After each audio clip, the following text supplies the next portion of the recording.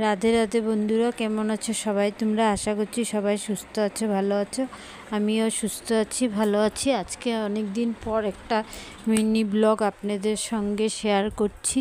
এটা হলো শনিবার দিনের ব্লগ। সকালে আমরা ঘুমিয়েছিলাম, মা হঠাৎ করে চিৎকার দিয়ে ডাকলো, উঠো উঠো তাড়াতাড়ি, দেখো চারদিকে জল হয়ে গেছে আর ঘরেও জল ঢুকছে। তো ফট করে উঠলাম, তাড়াতাড়ি উঠে দেখি ঠিকঠিকে চারোদিকে, আমাদের ঘরের চারোদিকে জল জমে আছে। মা চারোদিকে যতটুক পেরেছে, রান্নাঘর, বড় ঘর, বারিন্দাতে একদম বস্তা দিয়ে দিয়ে জল আটকানোর চেষ্টা করলো। মার এই চেষ্টার জন্য জলটা একটু কম ঢুকেছে, ঢুকার তো ঢুকেছে কিন্তু কম ঢুকেছে। যদি বস্তাটা না দিত, বস্তাগুলো বা জায়গায় জায়গায়, তাহলে হয়তো আরও অনেক জল ঢুকে যেত।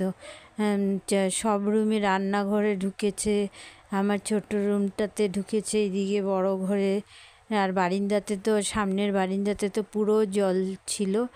দেখেন, আপনাদেরকে দেখাচ্ছি। আর ওদিকে মা বৃষ্টি, এই যে এটা আমার রুম, এই দিকের থেকে দেখেন সব দিকেই জল, কোনো দিকে জল নেই তা না, সব দিকে জলে জল হয়ে গেছে। আর জল বৃষ্টি থাকুক আর ঝড় থাকুক, তুফান থাকুক, পেট তো মানে না, খাওয়া তো খেতেই লাগবে। এই ঝড় তুফানের জলের মধ্যেও আমরা রান্না বান্না করেছি, খাওয়া দাওয়া করেছি। তারপর যখন আমরা খাচ্ছিলাম, তখন আমার এক দেওর এসেছিল। ও এসে বলছিল যে বৌদি, নদী দেখতে যাবে নাকি? তা আমি বললাম হ্যাঁ যাবো, খেয়ে নিই, খেয়ে তার বাসন টুসন ধুয়ে তারপর যাব। তো ওর সাথে আমরা বিকাল দিকে খাওয়া দাওয়া হয়ে যাওয়ার পর নদীতেও গিয়েছিলাম। আর এদিকে দেখেন আমাদের কলপার, বাথরুম টাথরুম সব পুরো জলে জল। তারপর এখানে তো জলের মধ্যে আমি বাসন ধুতে পারবো না, তাই আমি বাথরুমে বাসনগুলো ধুয়েছিলাম। এটা রান্নাঘর, রান্নাঘরেও দেখেন জল ঢুকেছে। এখানে মা বস্তা দিয়ে রেখেছিল, তাই একটু কম ঢুকলো, নাহলে আরও ঢুকে যেত। পুরো অবস্থা খারাপ হয়ে যায় বর্ষার দিনে। জল যাওয়ার রাস্তা নেই, কী হবে? প্রত্যেকের বাড়ির জল প্রত্যেকের বাড়িতেই জমে থাকে, কিন্তু যখন বৃষ্টিটা কমে যায় আবার আস্তে আস্তে জল কমে যায়, বেশি দেরি লাগে না জল শুকাতে আমাদের বাড়ির।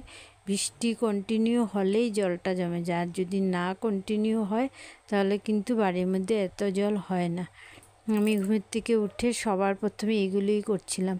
কোনো কাজ তো করার উপায় নেই, চারিদিকে জল, তার জন্য সব দিকে ঘুরে ঘুরে দেখছিলাম। তারপর আমার গুরু বোনের বাড়িতে, পাশের বাড়ি গুরু বোনের, ওদের বাড়িতেও গিয়ে দেখেছি ওদের ঘর আর আমাদের ঘরের কন্ডিশন প্রায় সেমই ছিল।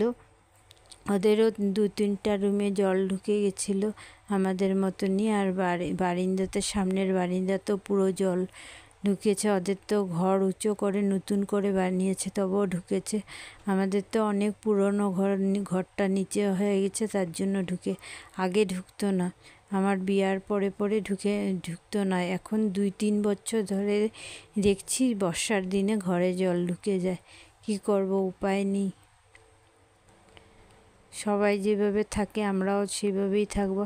আর এদিকে ছেলে বৃষ্টির মধ্যে প্লাস্টিক মাথায় দিয়ে একটু ঘুরে আসলো, যে কি হচ্ছে বাইরে না হচ্ছে একটু দেখে আসলো। এখন আমরা বিকাল হয়ে গেছে, এখন বলেছিলাম না খাওয়া দাওয়া করার পর নদীতে গিয়েছিলাম, এই যে নদীতে গিয়েছি। আর আপনাদের সঙ্গে শেয়ার করার জন্য একটু ভিডিও করে নিয়ে এসেছিলাম। দেখেন কি অবস্থা। অন্য সময় কিন্তু এই নদীতে একটুকু জল থাকে না, একটুকু জল থাকে না, কি থাকে মাঝখানে থাকে, কিন্তু এই জায়গাগুলো, যে জায়গাগুলো আমি আপনাদের সঙ্গে শেয়ার করছি, এই জায়গাগুলো পুরো শুকনো থাকে, পাথর পাথর থাকে, ছোট ছোট পাথর দেওয়া থাকে, ওগুলো থাকে আর পুরো শুকনো। ওগুলো দিয়ে, এই জায়গাগুলো দিয়ে আমরা হেঁটে ঘুরতে যাই, যখন জল না থাকে ঘুরতে গেলে এগুলো জায়গা দিয়ে আমরা হাঁটি। এগুলো পুরো জলে জল হয়ে। তাহলে আজকের মিনি ব্লগটা এখানে শেষ করছি। কেমন ভালো লাগলে লাইক কমেন্ট শেয়ার। নতুন বন্ধুরা আমার চ্যানেলটাকে